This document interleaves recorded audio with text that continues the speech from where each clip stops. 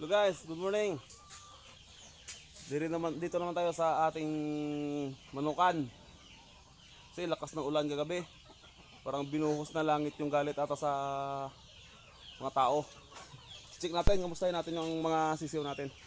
Tsaka nag-prepare na rin ako ng pagkain nila. Tara! Hop, yeah.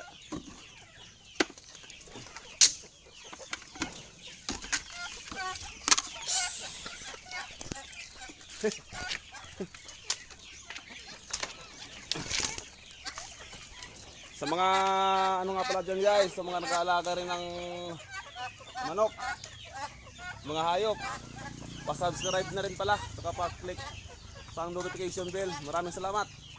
Oh, grabe oh, kumakain na sila oh. Oh. Ano muna natin guys?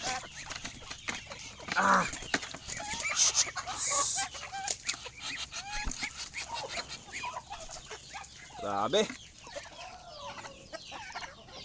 Gutom na gutom sila guys. Grabe. Grabe. Lakas ng ulan, baha. Maraming tubig. Kaya guys, sa mga nag-aalaga ng manok dyan, pa-comment naman kung anong magandang pakain sa manok na makakatipid.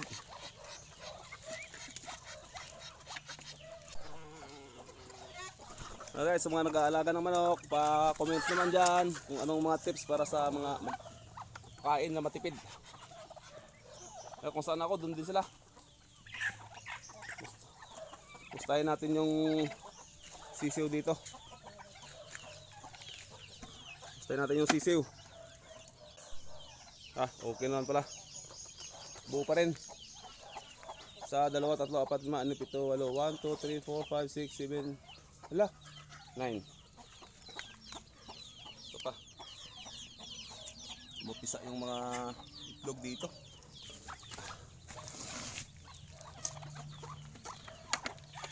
Kainin natin. So guys, paki-subscribe na rin guys. Saka pa-click na notification bell para po bago na kasi ako sa sa vlog na to. Bago na kasi ako sa vlog na to kaya try ko lang to. Saka ano na rin sa mga nag-aalaga ng manok, patulong na rin kung ano mga suggestion para sa mga kulungan nila, yung bahay ng manok, pagkain, gamot. Salamat guys.